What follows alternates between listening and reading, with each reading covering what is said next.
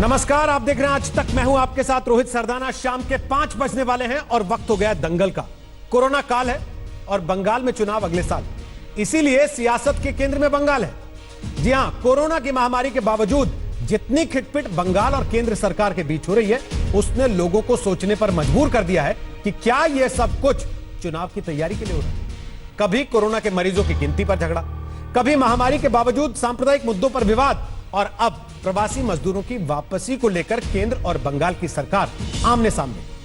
केंद्रीय रेल मंत्री पीयूष गोयल ने आज तक से एक एक्सक्लूसिव इंटरव्यू में कहा था कि बंगाल की सरकार अपने मजदूरों को वापस लाने के लिए ट्रेन चलाने को तैयार नहीं हो रही। रेलवे ट्रेनें चलाने को तैयार बैठा है।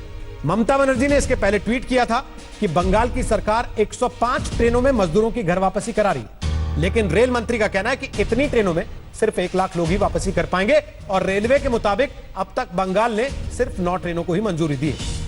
और सिर्फ ट्रेन नहीं, अब तो झगड़ा विदेश से वापस लाए जा रहे भारतीयों को लेकर भी होने लगा। बंगाल की सरकार आरोप लगा रही है कि विदेश मंत्रालय बंगालियों को वापस नहीं ला, और बात यहीं खत्म नहीं हो जाती। कानून व्यवस्था के मामले पर भी बीजेपी ममता बनर्जी सरकार को लगातार घेर रही है। 4 दिन पहले हुगली के तिलनीपाड़ा इलाके में हुई घटना के बाद पुलिस ने 126 लोग गिरफ्तार किए। इस घटना के दौरान 2 गुटों में मारपीट, तोड़फोड़ और आगजनी समेत बम फेंके जाने की घटनाएं तक हुई। सवाल यह है कि कोरोना जैसी महामारी के काल में भी यह सब क्या हो रहा है? क्या चुनाव की तैयारी के लिए दोनों पार्टियां एक दूसरे पर खुद को 21 साबित करने की होड़ में जुटी हुई हैं? आज का दंगल इसी पर होगा।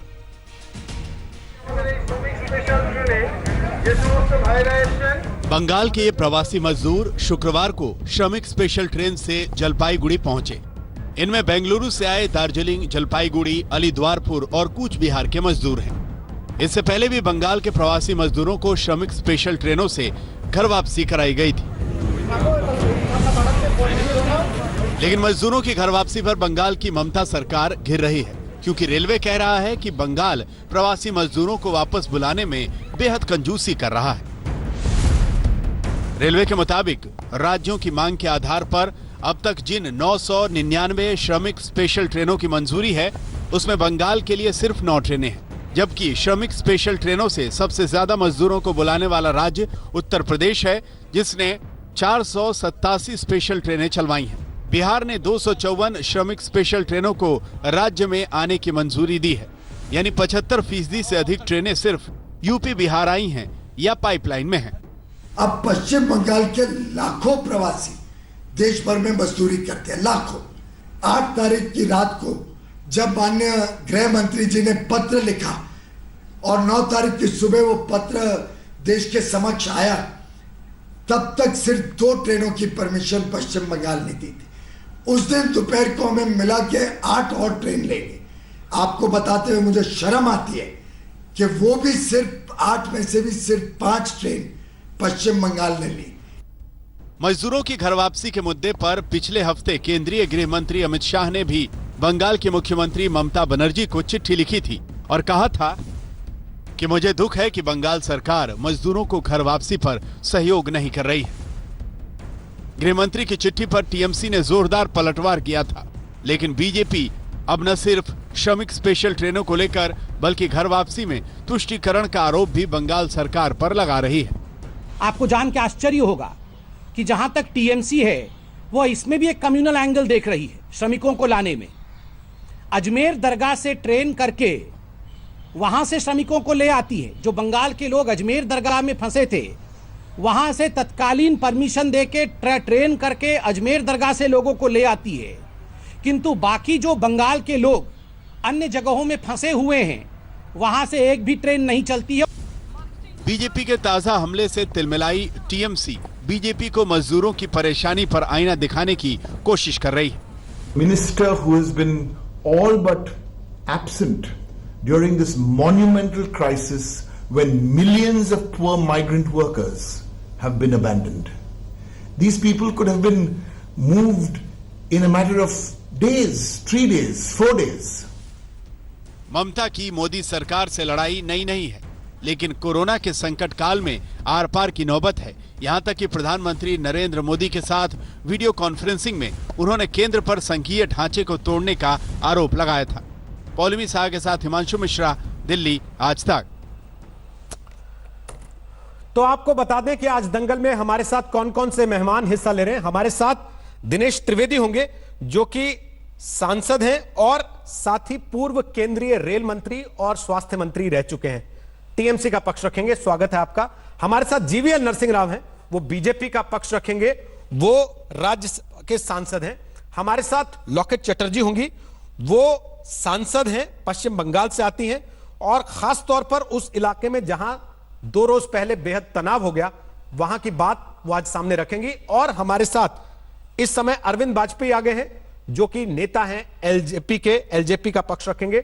और हमारे साथ दिनेश वार्ष्णेय होंगे, वो सीपीआई के नेता और प्रवक्ता हैं। लेकिन आप सबसे बातचीत शुरू करें उसके पहले एक घटना का जिक्र और कर दें जो बंगाल में चर्चा में रही पिछले 2 दिन से। हुगली जिले के तेलनीपाड़ा में सोमवार की रात 2 समुदायों में झड़प हुई।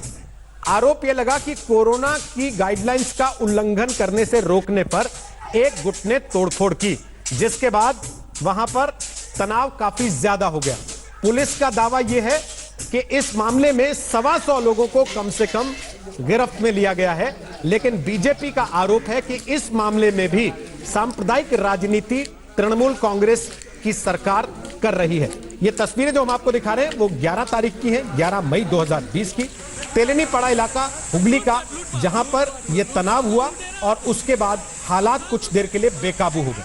हालांकि बाद में पुलिस का दावा है कि 125 लोगों को इस मामले में पुलिस ने गिरफ्तार किया। बंगाल की सरकार का और तृणमूल कांग्रेस का यह आरोप है कि बीजेपी कोरोना की महामारी के दौर में भी कम्युनल वायरस फैलाने से बाज नहीं आ रही है। सबसे पहले लॉकेट चटर्जी, क्योंकि आप उस इलाके से आती हैं, उस इलाके की नुमाइंदगी करती हैं, मैं आपसे जानना चाहता हूं कि यह पूरा घटनाक्रम क्या है। देखिए, संडे रात 8:30 बजे, 8 साढ़े 8 बजे चंदन नगर तेलनीपाड़ा में बहुत बारिश हो रहा था। उस टाइम में बहुत सारा 300-400 एक संप्रदाय का लोग आया और हिंदू जो घर है, जो निरीह लोग है, जो नॉन पॉलिटिकल है, जो शांति प्रिय है, उसके घर में जाके लूटपाट किया। बहुत सारा गोल्ड ज्वेलरी का शॉप लूट किया, बहुत सारा जला दिया, बॉम्ब ब्लास्टिंग हुआ। उसके बाद भी 3 दिन तक ये चला।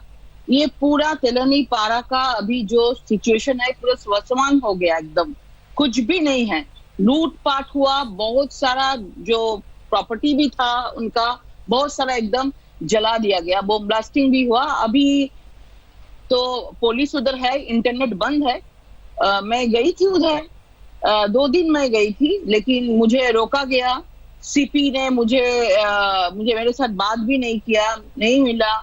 और डीएम के साथ मैं मिलने का कोशिश किया, धरना दिया, लेकिन डीएम, सीपी, कोई भी व्यक्ति मेरे साथ नहीं मिला। अभी तक सिचुएशन तो गंभीर है। अभी हम लोग भी चाहते हैं शांति रखने के लिए, क्योंकि हम सब लोग अभी कोरोना के लिए लड़ाई कर रहे हैं।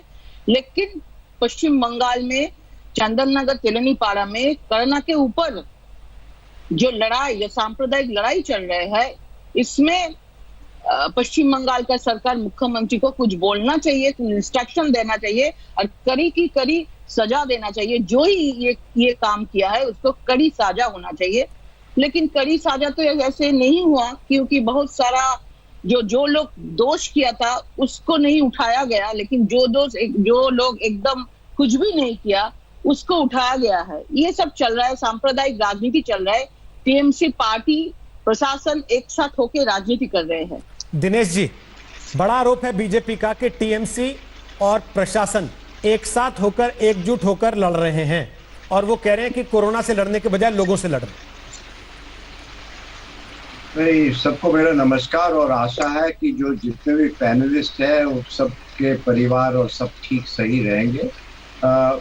देखिए, मुझे नहीं लगता है कि हम सब जो रिस्पॉन्सिबल लोग हैं, जो जवाबदारी लोग हैं, उनको नेशनल टेलीविजन में ऐसी कुछ भी बात करनी चाहिए जिससे जो उचित ना हो।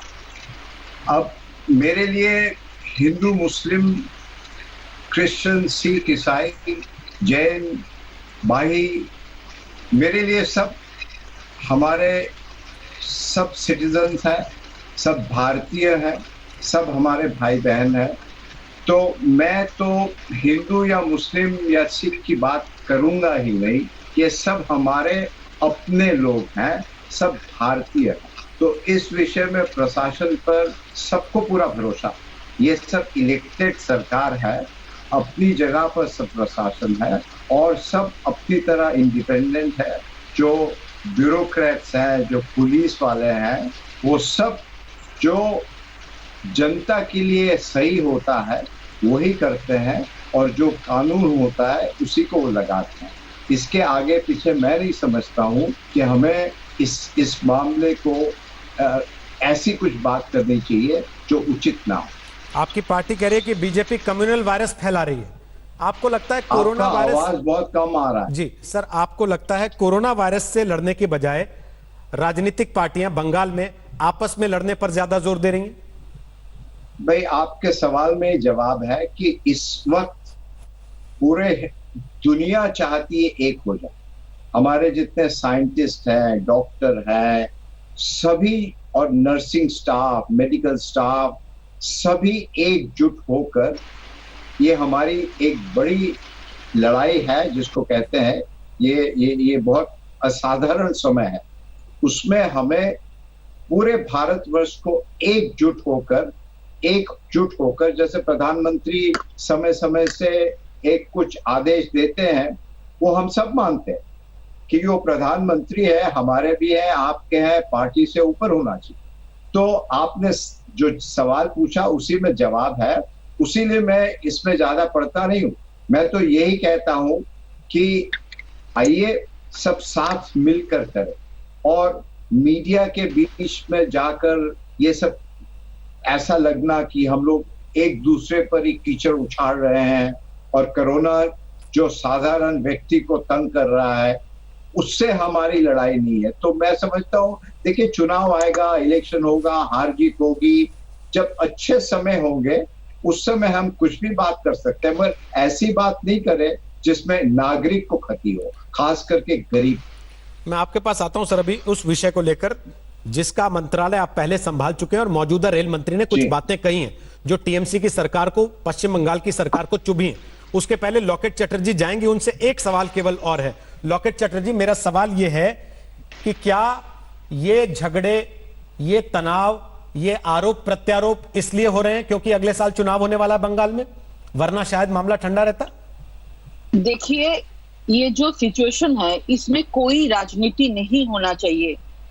दिनेश जी बोले हैं, जो प्रधानमंत्री जी सबको बोला है, सबको ये मानना होगा, ये महामारी जो एक्ट है इसको सबको मानना होगा, लॉकडाउन सबको मानना होगा, सबके लिए विचार एक ही होगा। जिसको कोविड पॉजिटिव होगा उसको क्वारंटाइन में जाना पड़ेगा, सबके लिए है ये।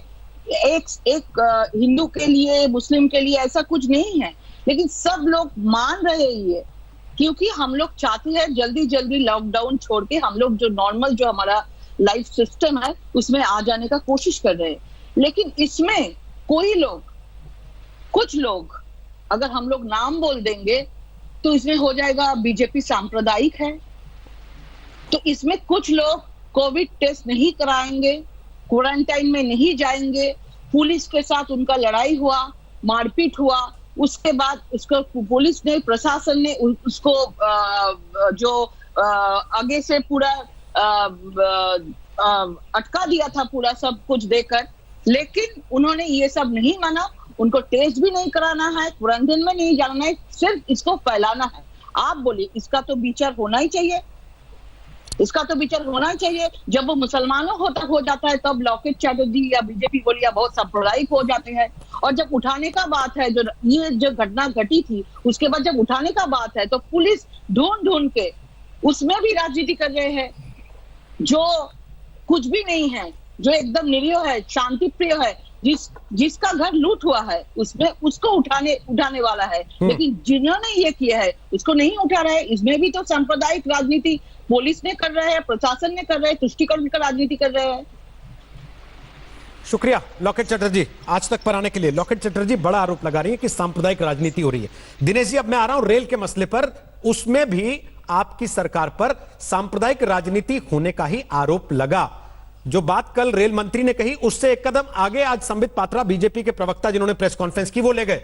उन्होंने कहा अजमेर से तो लोगों को ले आती है ममता बनर्जी की सरकार, लेकिन बाकियों के लिए वो ट्रेन चलाने को हामी नहीं भरती। क्या वाकई ऐसा? देखिए, मैं नहीं समझता हूं कि मुझे इसमें कोई क्लैरिफिकेशन देने की आवश्यकता है।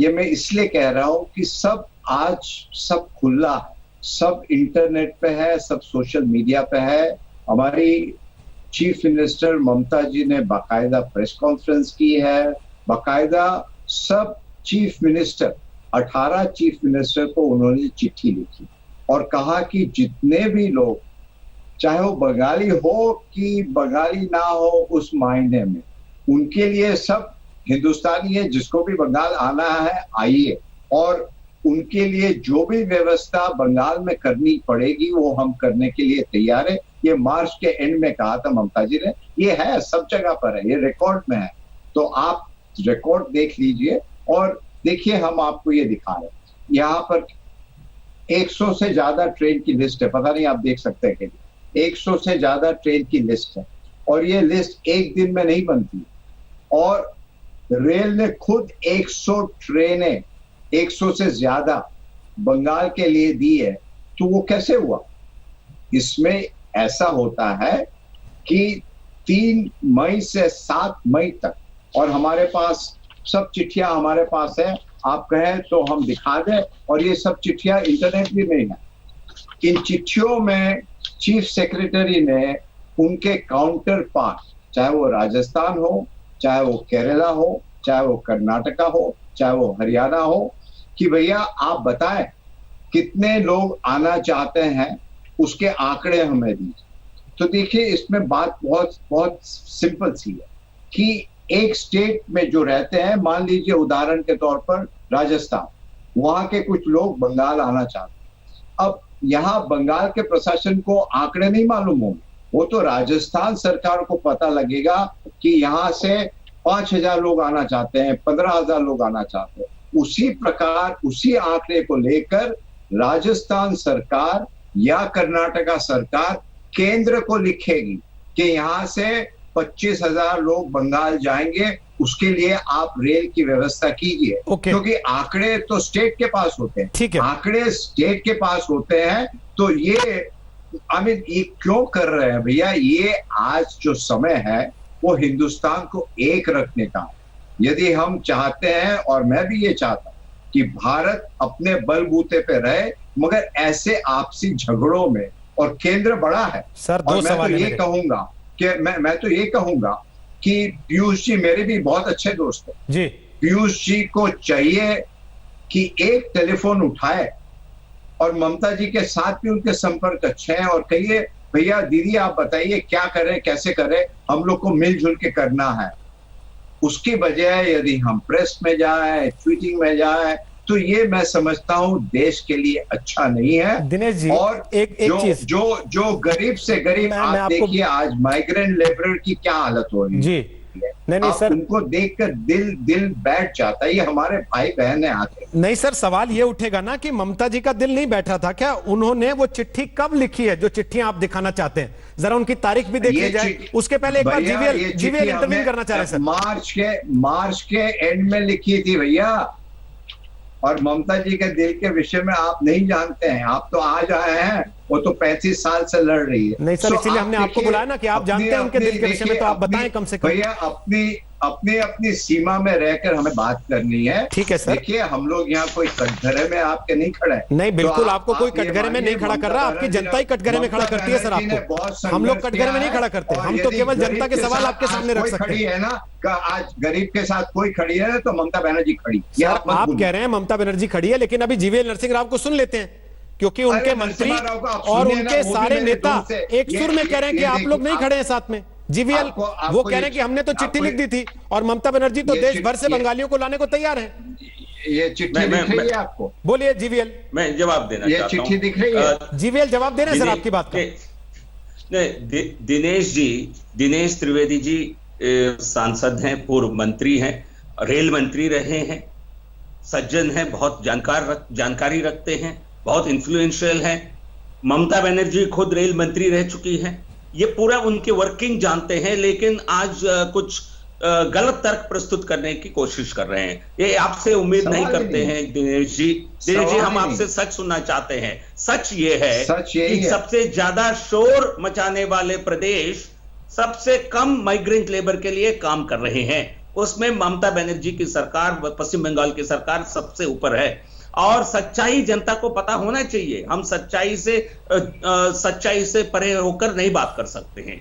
सच्चाई ये है कि केवल जिस दिन माननीय गृह मंत्री अमित शाह जी ने चिट्ठी लिखा, तब तक केवल 2 ट्रेन आ चुकी थी पश्चिम बंगाल में, और रिसीविंग प्रदेश के अनुमति के बिना कोई ट्रेन नहीं भेजा जा सकता है। यह गाइडलाइंस केंद्र सरकार ने बनाया है ताकि दोनों प्रदेश आपस में बात करके तय करें। अभी जो मैं आपको बड़ी एक जानकारी दे रहा हूं, जो उत्तर प्रदेश और बिहार ने भेजा है, उसकी तुलना में ना की बराबर है पश्चिम बंगाल।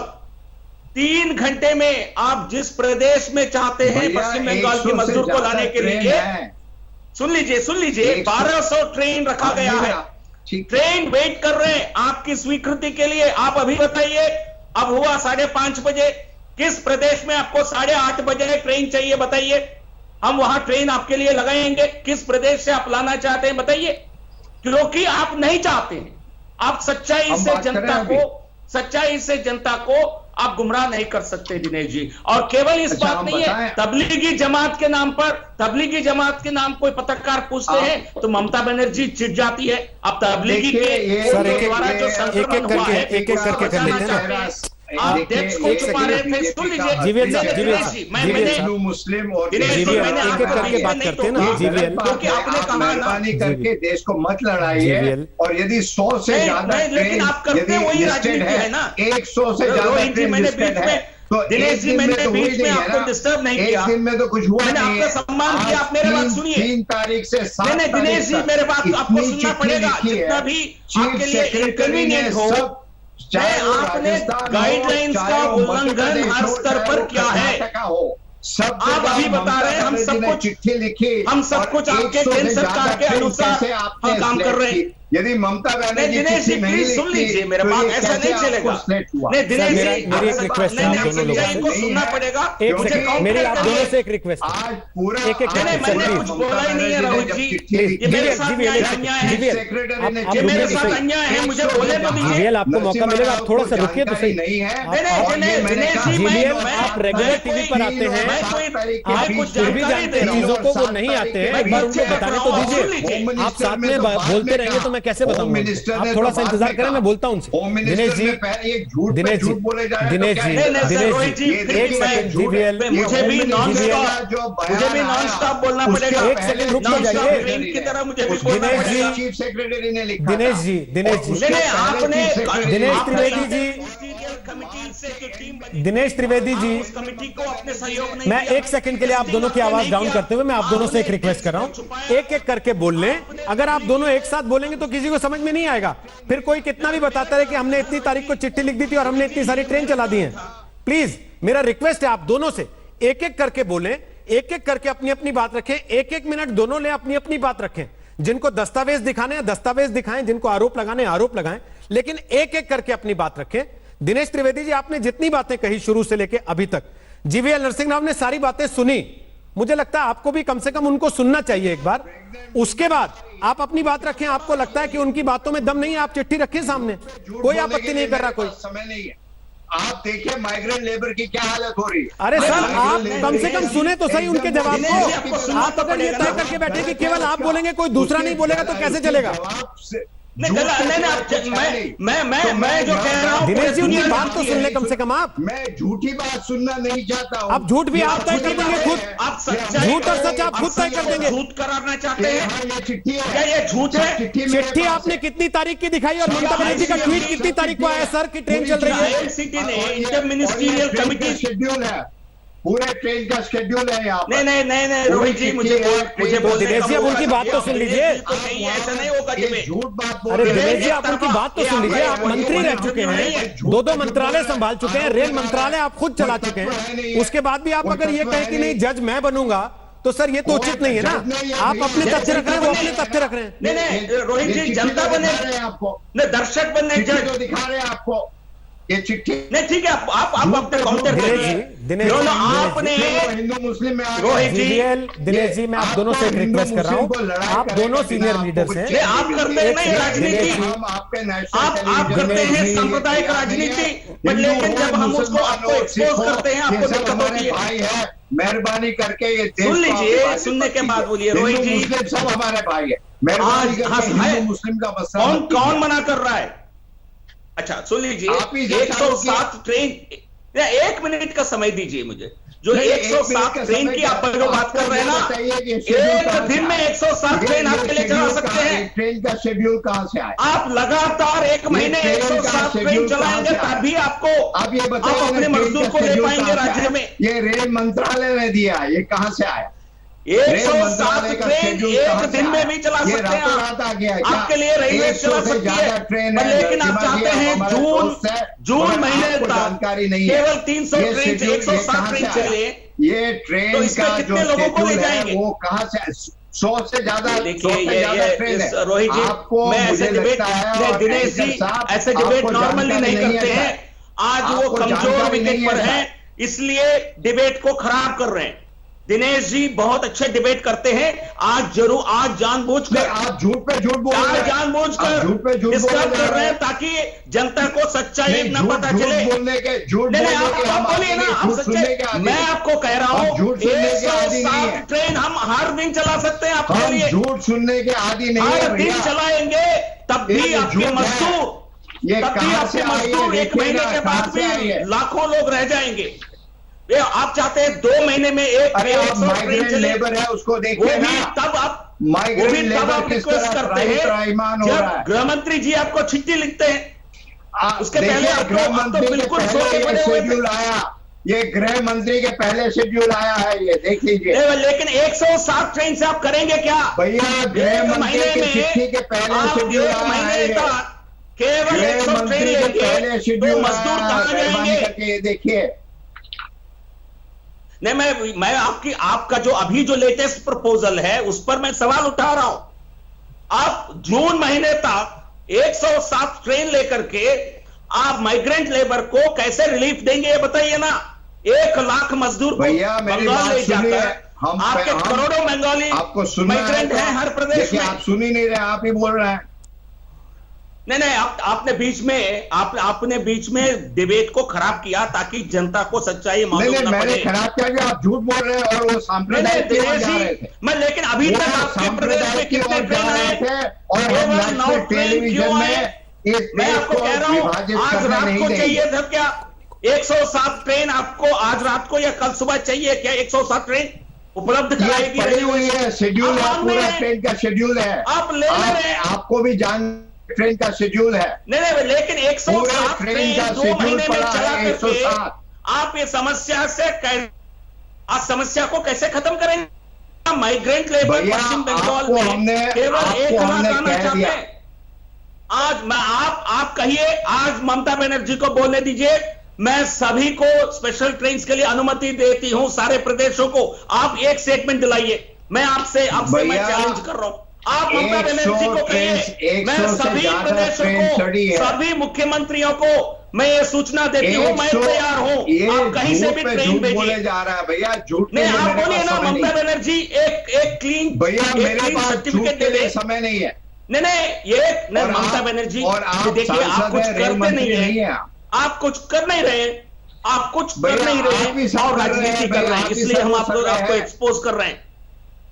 आज ममता बनर्जी को कहिए, सारे मुख्यमंत्रियों को एक चिट्ठी लिखे, आप जहां से हमारे मजदूर को भेजना चाहते हैं हम लेने के लिए तैयार हैं। क्या कर रहे हैं? मैं आपसे केवल एक चिट्ठी मांग रहा हूं दिनेश जी। लाखों की संख्या में दिनेश जी अब वरिष्ठ हैं, आपसे केवल ये जवाब दीजिए। मुख्यमंत्री जी से केवल एक चिट्ठी मांग रहे हैं, कोई जवाब नहीं है। मैं खुद अपने प्रदेश से 5-6 ट्रेन को कल परसों भिजवा दूंगा। मैं बता रहा हूं आपके पास कोई जितने लोग हैं आपके लेबर के लिए हर प्रदेश में हैं, आप एक चिट्ठी लिखने के बोल दीजिए ना ममता बनर्जी जी को, जहां से स्पेशल ट्रेन भेजना चाहते हैं भेजने के लिए आप रोक रहे हैं, आप नहीं आने दे रहे हैं। और दूसरा हमारे ऊपर इल्जाम लगा रहे हैं। झूठ बोल रहे हैं। दोष आपका है, दोष टीएमसी सरकार का है, दोष प्रदेश सरकारों का है, और वो हम पर थोपने की साहस कर रहे हैं, इसलिए हम आपको एक्सपोज कर रहे हैं। क्या ममता बनर्जी ऐसा कोई चिट्ठी लिखेगी क्या? खुद हो गए। नहीं, मैं दिनेश जी, ममता बनर्जी जी ऐसा कोई चिट्ठी लिख सकती है क्या? मैं आपसे रिक्वेस्ट कर रहा हूं, क्या आप उनसे रिक्वेस्ट कर सकते हैं? सारे मुख्यमंत्रियों को एक चिट्ठी लिखे कि मैं तैयार हूं, हमारी सरकार हर प्रदेश से लेने के लिए तैयार है, आप भेज दीजिए। ऐसा कोई चिट्ठी आप दिला सकते हैं? हम आपके लिए अगले 5-10 दिन में चाहिए तो 500 ट्रेन का इस्तेमाल, 500 ट्रेन का हम 500 ट्रेन का अरेंजमेंट कर सकते हैं आपके लिए। 500 क्या 1000 भी हो सकता है, आप बताइए ना। देखिए आप शांति से सुनेंगे मेरी बात?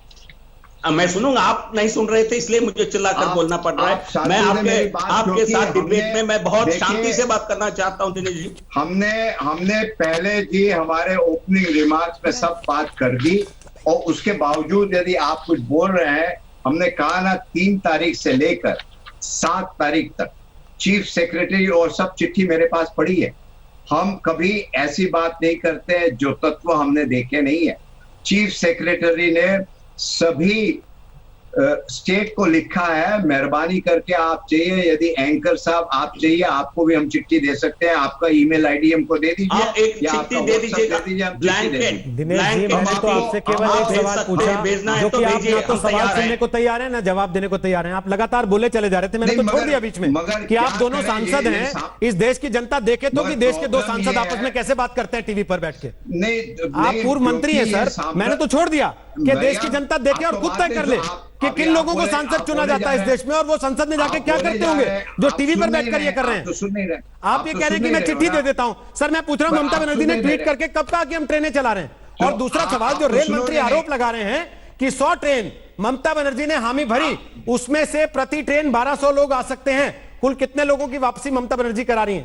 आप कोई सवाल सुनने को तैयार ही नहीं है। आप कह रहे हैं सब झूठ बोल रहे हैं, केवल मैं सच बोल रहा हूं। हमने तो पहले रिमार्क्स में कह दिया है कि मार्च के एंड में ममता बनर्जी ने खुद हर स्टेट को कहा, लेकिन कुछ किया नहीं है ना दिनेश जी। देखिए फिर बोलने नहीं दे रहे, और करने में बहुत अंतर है। ऐसे बात नहीं होती है, या तो हमें सुने से काम नहीं होती है ना। आप भी कर रहे थे, यही आप भी कर रहे थे, यही आप भी कर रहे थे। बात नहीं होती, आप दोनों ही तो एक दूसरे को सम्मान देने को तैयार नहीं है सर। मैं तो पूरा सम्मान दे रहा हूं और पूरा स्थान भी दे रहा हूं। मुझे दुख का हुआ कि आप रेल की बात करते करते सांप्रदायिक की बात करने लगे। उनका आरोप ही यही है कि आप अजमेर से लोगों को ले आए, बाकी जगह से नहीं ला रहे। क्या आरोप है? उनका आरोप ही यही है, कटघरे में खड़े हैं क्या? वो तो आपके ऊपर आरोप लगा रहे हैं सीधा सीधा कि आप इसमें भी अपीजमेंट कर रहे हैं। कौन होते हैं? आप यहाँ सांप्रदायिक की बात मत कीजिए। लोकतंत्र में कोई भी आरोप लगा सकते हैं। सब हमारे हिंदुस्तान के भाई बहन हैं, मेहरबानी करके ये आप सांप्रदायिक की ओर मत ले जाइए। इसमें देश का नुकसान है, गरीबों का नुकसान है। रेल की बात लेकिन आप करते ही है ना, वो सांप्रदायिक की ओर शर्म क्यों है दिनेश जी? आप सांप्रदायिक राजनीति करते हैं, पर लेकिन शर्म क्यों महसूस कर रहे हैं? आप खुले मन से एक्सेप्ट करिए। हमें नहीं, आप देखिए, हम ये झगड़े के आदी नहीं है। मुझे गुस्सा इसीलिए आता है कि आप रेल की बात करते करते हिंदू मुस्लिम की बात पे चले गए। ये देश के लिए अच्छा नहीं है, और मैं नहीं चाहता हूं कि आप नेशनल टेलीविजन में एंकर साहब, आप नेशनल टेलीविजन में मेहरबानी करके देश पर कुछ रहम कीजिए। दिनेश जी जरा रुकिए ना, लाइन पर रहिए। दिनेश जी आप रहिए ना, बाबुल सुप्रियो भी आ गए हैं, केंद्रीय मंत्री है बाबुल सुप्रियो, बंगाल से आते हैं। जरा उनसे भी एक बार सवाल ले लेते हैं ना कि भाई ऐसा क्यों है जिस पर आप आरोप लगा रहे हैं। भाई दिनेश त्रिवेदी पूर्व मंत्री रेल के, बाबुल सुप्रियो वो कह रहे हैं कि आप लोग सांप्रदायिकता की राजनीति कर रहे हैं ट्रेन के नाम पर भी, और ये मुझे पसंद नहीं है। वो कह रहे हैं भाई ट्रेन पर सांप्रदायिकता की राजनीति कहां से आ गई?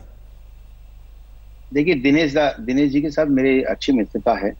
अब उनके कंपल्शन है कि वो टीएमसी को डिफेंड करने के लिए आए हैं, तो उनको वही भाषा कहनी पड़ेगी जो उनके लिए राजनीतिक रूप से जो उन्हें हेल्प करती है, जो अपीजमेंट पॉलिटिक्स तृणमूल करती है। तो इस तरीके का बात करने से उनको एक बीजेपी के खिलाफ सारे चीजों का एक जरिया मिलता है। तो मैं उनको दोष नहीं देता हूं, ना मैं कोई पर्सनल चीज बोलना चाहता हूं। मैं सिर्फ इतना ही कहूंगा कि डेटा कभी झूठ नहीं बोलती है।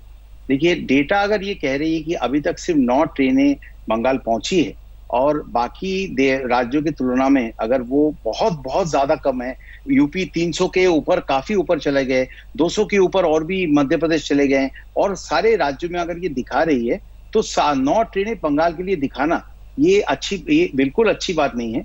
और मैं आपको ये बताना चाहता हूँ कि जो बाहर के लेबर, माइग्रेंट लेबर जब राज्य में वापस आते हैं, जब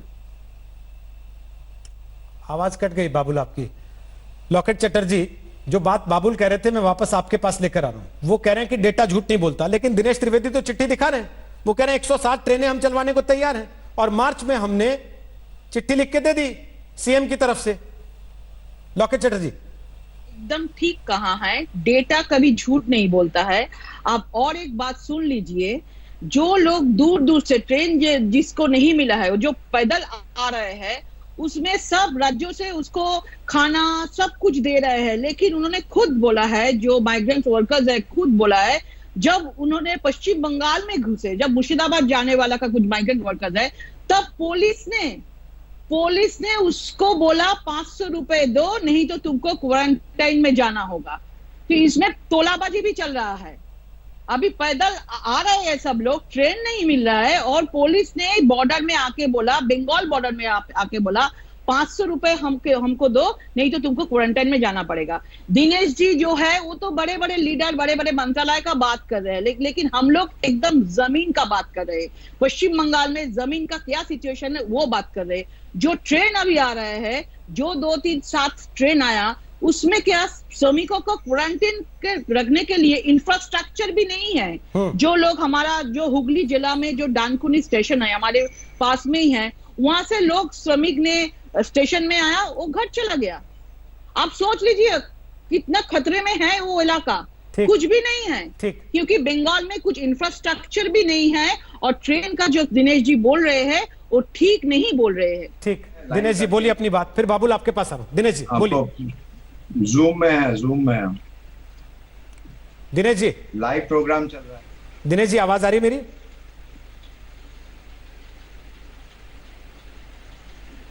दिनेश जी मुझे सुन पा रहे हैं आप?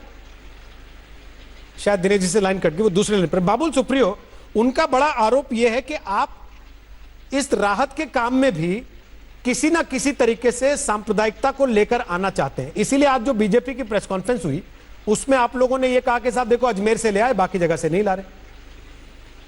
नहीं, ये बिल्कुल गलत बात है। अजमेर में भीड़ बहुत होती है। कल अगर दीदी केदारनाथ से ट्रेन चलाए, 4 धाम से ट्रेन चलाए, या हम भी अगर उसमें चलाए, तो हम इसको सांप्रदायिक रूप नहीं देंगे। मैं सिर्फ आंकड़ों पे जाना चाहता हूं। मैं समझता हूं कि जब बार बार प्रधानमंत्री जी के साथ मुख्यमंत्री जी की मीटिंग हो रही है, मैं समझता हूं कि बाहर के श्रमिक जब एक राज्य में घुसते हैं तो बहुत सारे प्रिकॉशंस लेने पड़ते हैं, उनको क्वारंटाइन करें या ना करें। जैसे कर्नाटक में हमने देखा कि आज सुबह क्या वहां पे स्थिति हुई है, थोड़ा सा तनाव वहां पे पैदा हो गई थी।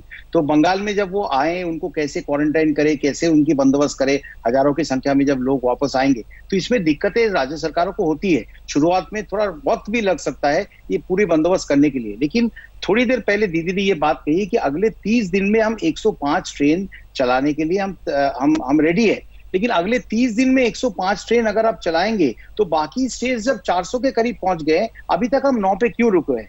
मेरा एक ही सिर्फ क्वेश्चन है दीदी से, कि एक ही क्वेश्चन है, लास्ट में एक लाइन बोल दूं, सिर्फ 15 सेकंड, कि प्रधानमंत्री जी के साथ आपका इतनी बार बात हो रही है, आप कह रहे हैं कि अगर दीदी की बात हम मान ले कि केंद्र से इतना पैसा बाकी है, उनको मिलना चाहिए, तो क्या प्रधानमंत्री जी को नहीं कह सकते कि बाहर से ये श्रमिकों को बंगाल में लेके आना बहुत जरूरी है, और लेकिन हमारे पास वो साधन नहीं है या हम किसी वजह से वो कर नहीं पा रहे, तो केंद्रीय सरकार हमको इस चीज में सहायता करे? तो आपको क्या लगता है कि प्रधानमंत्री जी ना बोलेंगे या केंद्र हेल्प नहीं करेंगे? अगर किसी वजह से, ये तो स्पष्ट है कि राज्य सरकार इतने सारे ट्रेन हाँ नहीं कह पा रहे, उसीलिए 9 पे अटके हुए हैं, तो क्यों ये पॉलिटिकल फाइट, पॉलिटिकल ईगो के वजह से इन माइग्रेट श्रमिकों को तकलीफ में लाए? दूसरी बात, एक छोटी लाइन बोल दो सिर्फ, कांग्रेस में कल राहुल गांधी जी ने कहा है कि इन माइग्रेंट लेबर्स की चीख को हम प्रधानमंत्री जी के काम तक पहुंचाएंगे। राहुल गांधी जी कुछ ऐसे लॉजिकल बात तो करते नहीं है जो गवर्नमेंट जिस पे अमल करे।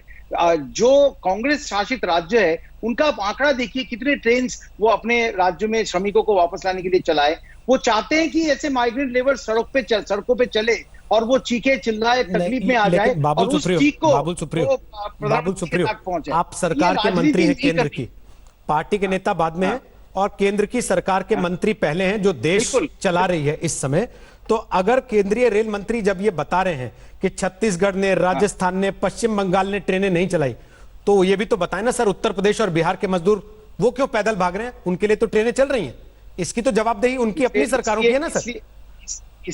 मैं आपको सिंपल से जवाब देता हूं, क्योंकि देखिए महाराष्ट्र में अगर आप कहें, मैं बॉम्बे में 25 साल रह चुका हूं, मैं आपको बता रहा हूं महाराष्ट्र के श्रमिक बाहर जाके काम बहुत कम करते हैं। बिहार और यूपी के बहुत सारे श्रमिक महाराष्ट्र में आते हैं।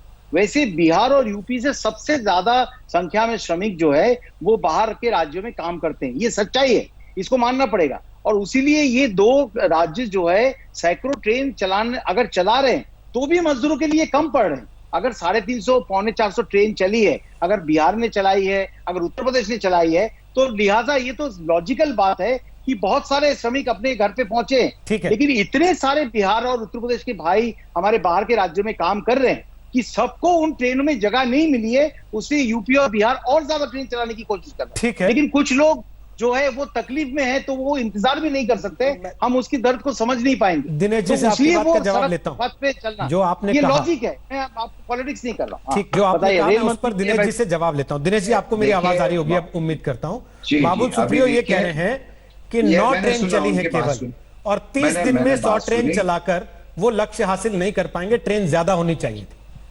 एंकर साहब, मैंने बाबुल सुप्रियो की बात सुनी, मेरी आवाज आ रही है? जी अब आ रही है, सबको आ रही है, उम्मीद करता हूं, बोलिए। अच्छा, क्या है कि अब शांति से बात हो।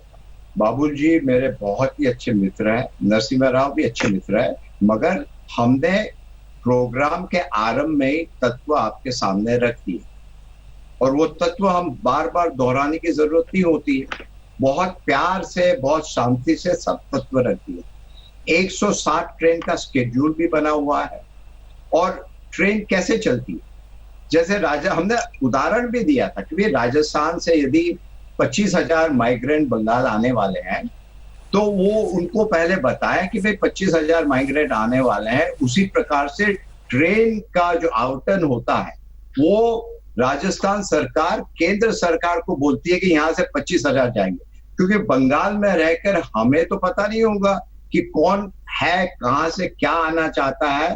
तो पहले जो ट्रेन भेजने वाले, जो मजदूर माइग्रेंट भेजने वाले स्टेट होते हैं, उनका संपर्क होता है जो रिसीव करने वाले स्टेट होते हैं, उसी के आधार पर होता है। ऐसा नहीं होता है कि हम सीधा केंद्र को लिख दे कि हमें इतनी ट्रेन चाहिए। उसके बावजूद ममता जी ने मार्च के आखिर में हर चीफ मिनिस्टर को लिखा और हम जो आपको चिट्ठी दिखा रहे थे ना, वो चीफ सेक्रेटरी ने 3 से 7 मई और उसके बाद हमारे होम मिनिस्टर, उसके बाद उन्होंने ट्वीट किया या जो भी किया।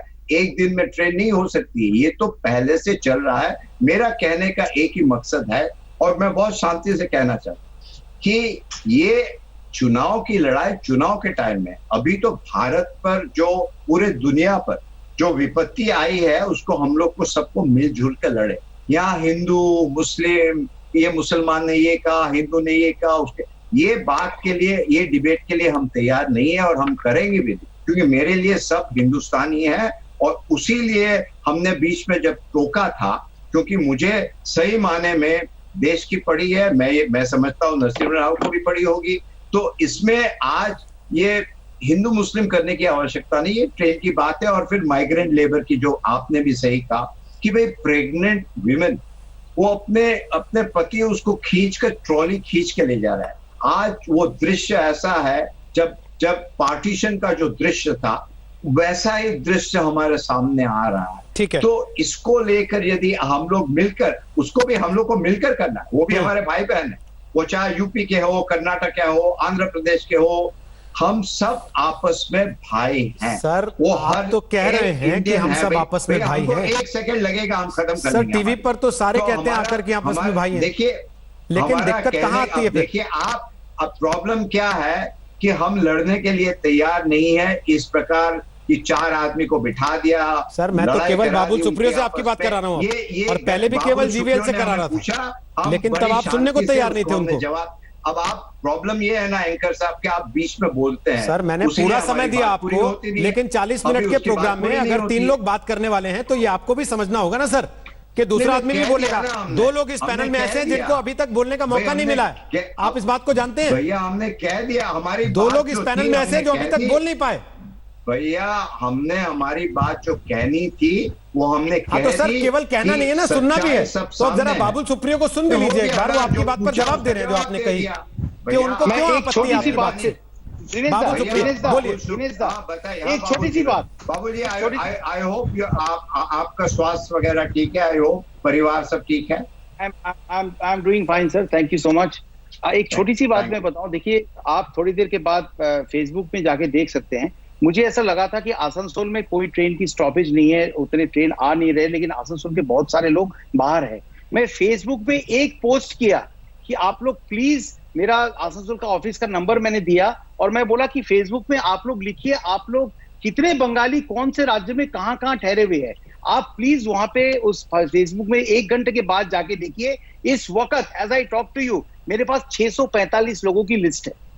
सारे लोग उसके नीचे उन्होंने बताई है कि वो कहाँ कहाँ खड़े हुए। तो एक आपका लॉजिक जो है मैं बाई नहीं करता हूं कि वो स्टेट जब तक आपको ना बताएं कि वहां पे कितने बंगाली श्रमिक है तब तक आप उसको लेके नहीं आ सकते। मैं समझता हूं नहीं, कि आप ऐसा हम नहीं।